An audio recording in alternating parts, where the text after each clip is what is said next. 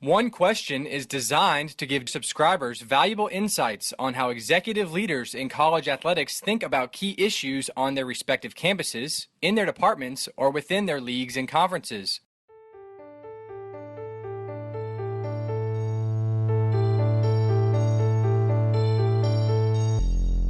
Greetings, this is Ty Brown and welcome to One Question, where we highlight executive leaders in college athletics. Our guest today is Dr. Nancy Hixson. Nancy is the Chief Executive Officer for the Air Force Academy Athletic Corporation. Greetings, Nancy. Thanks for joining us today. Well, thank you for having me. Now, Nancy, the Air Force Academy Athletic Corporation, of course, you're heading up that operation now. Your background, you've been in college athletics for 15 years. You worked in sports and recreation for, I guess we'll say, 25 years total, and that includes minor league baseball.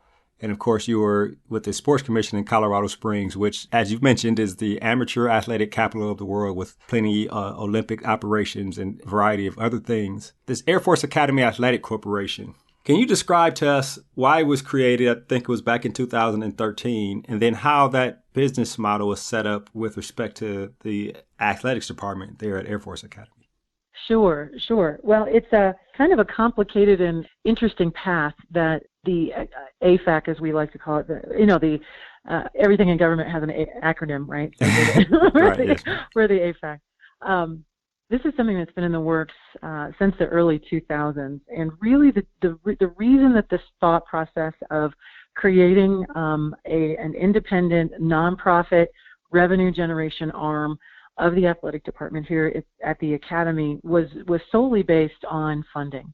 The pace of government budgeting was really not keeping up with the growth that Division I athletics continues to see. And so there was also some restrictions regarding fundraising and how they could enter into partnerships because when I started at the Academy, even though I was a contractor, all under an umbrella that really skewed more towards a government company. And that comes with an awful lot of restrictions. So the thought was, let's make this independent company, has the ability to fundraise, has the ability to be really efficient from a business standpoint, and to grow in ways and at a pace that the government side wouldn't be able to keep up with. And funding was a piece of it too, that I think that there was some shortfalls year after year. So some smart folks 15 years ago or so got together. It took almost 8-9 years to work legislation and work through some of the wickets on the government side of the house to really figure out how are the lines of authority and what will this look like. And we're the only entity that has this nonprofit that works on behalf of a government agency. So rather unique and interesting education for me and certainly the challenge of my career so far. Right, and it sounds very interesting. I wonder about the thought process of creating the organization. What was the genesis of that thought? Did it come from within athletics, or was it a group of individuals or entities trying to solve the funding problem? How did that come about? If memory serves me correct, our vice athletic director was a former attorney. And so I think he really started the process of at least asking the questions of why not and what if, and let's see what we can accomplish. And took several years.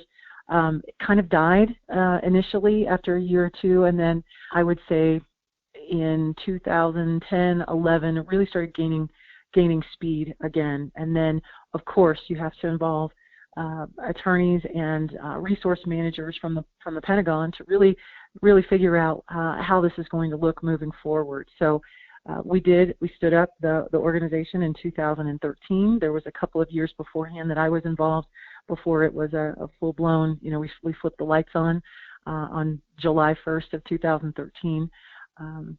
So it's really been, for me, about 7 or 8 years of putting this together and working with so many different entities to make it work. Nancy, I want to ask you about your specific role, but before we get to that, I wonder about the structure. Is it similar to an external operations in an athletic department on the campus that's not a government entity? I mean, tell me about the functionality of the actual entity. You bet. And this is I think another piece that kind of makes it unique to Air Force athletics. Imagine an athletic department really splitting in half. And so the AFAAC oversees all revenue generating pieces of what a typical Division I athletic department would look like.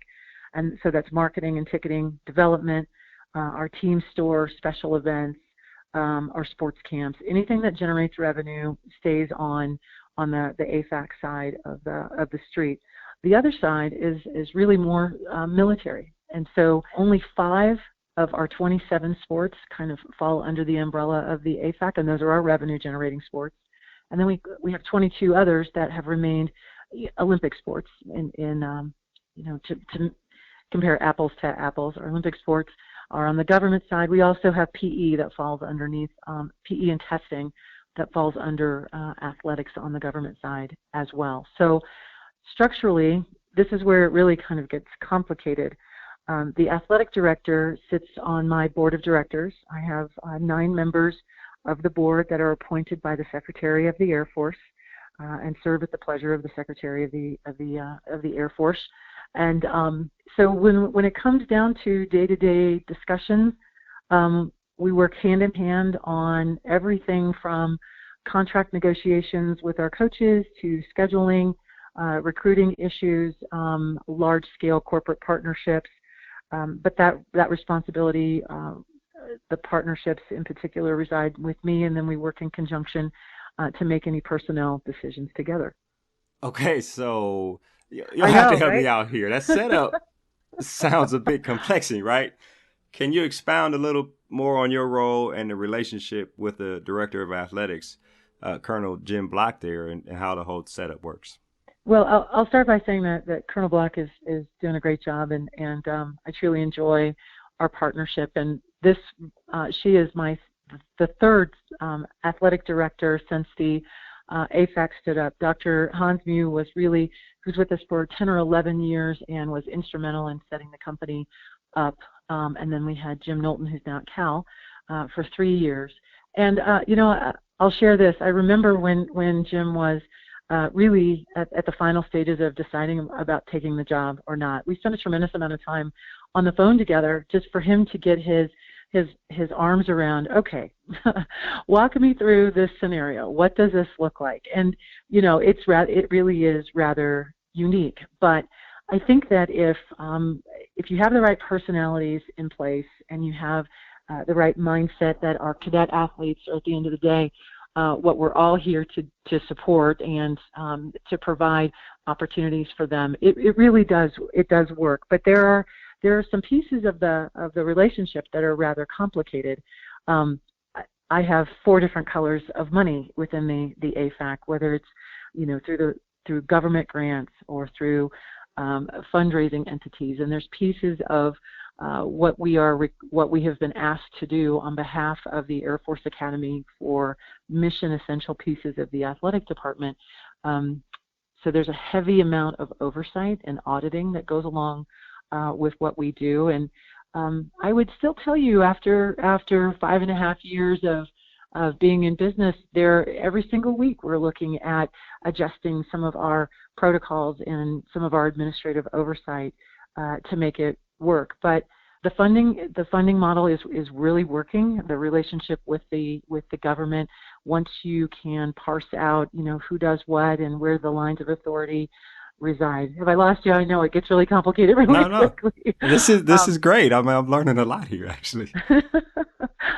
But we have a manual, we have a game plan that our government friends have given us, and so a third of our business, we have funding that comes from the government.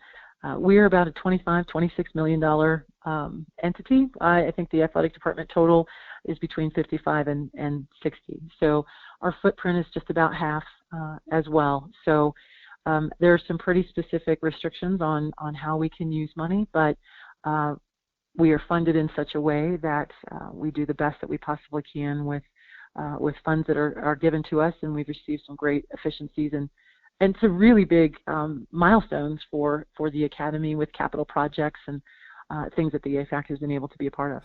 So, Nancy, it's interesting because you don't come from a military background. So how does that makeup work in terms of you working at the Air Force Academy in such an influential role? And then, of course, Jenn Block, she's obviously military.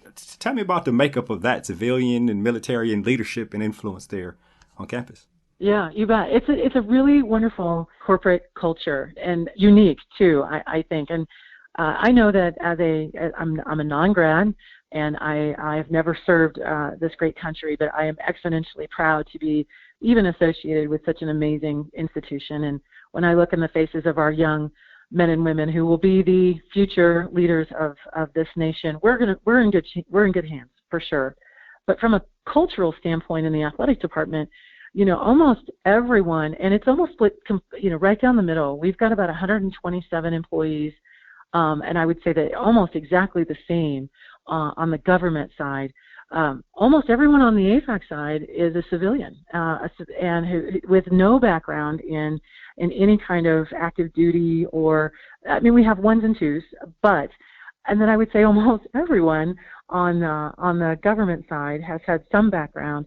So it is a wonderful mesh of kind of two worlds, really, within the athletic department that makes it a really unique environment. Right. And when you say government, the people who report to the athletics director, that's the government. So everybody there is military background. Yes, it is. Everybody with AFAAC. So on that side, you'll have active duty, like Colonel Block is an active duty colonel, of course. And there's a fleet of active duty military personnel. And then, of course, there's government contractors who make up the balance. I would imagine for the director of athletics, that's a big piece that she can focus on everything else that an athletic director has to focus on while you handle money, right? You handle revenue, you handle those things. Let me go make sure this environment is correct so our student athletes / cadets have the best possible experience that they could have while they're here on campus. Seems like it could be an excellent setup as long as you said, the communication lines are there and everything is spelled out clearly. No, I agree with you. This is a big job. The athletic director position at the Academy, Air Force Academy, is really big. Not only do you have 27 intercollegiate sports, and we also have cheer and boxing, so we count 29. You have an entire fleet of physical education courses and instructors that go along with that. And then a third component is that the athletic department is responsible for all athletic testing of the entire cadet wing.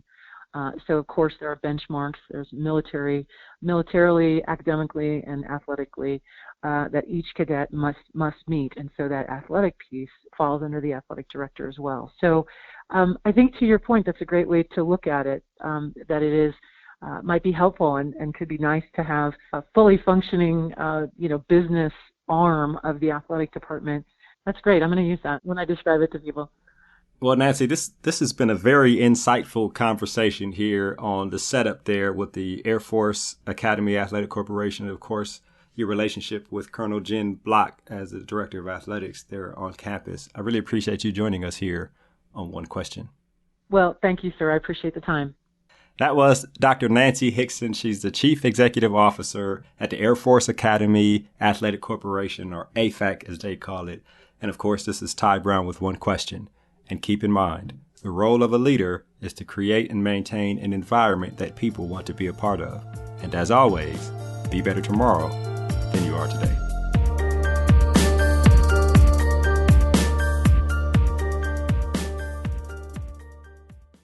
This episode of One Question is produced by Spades Media Group, solving problems using creative leadership.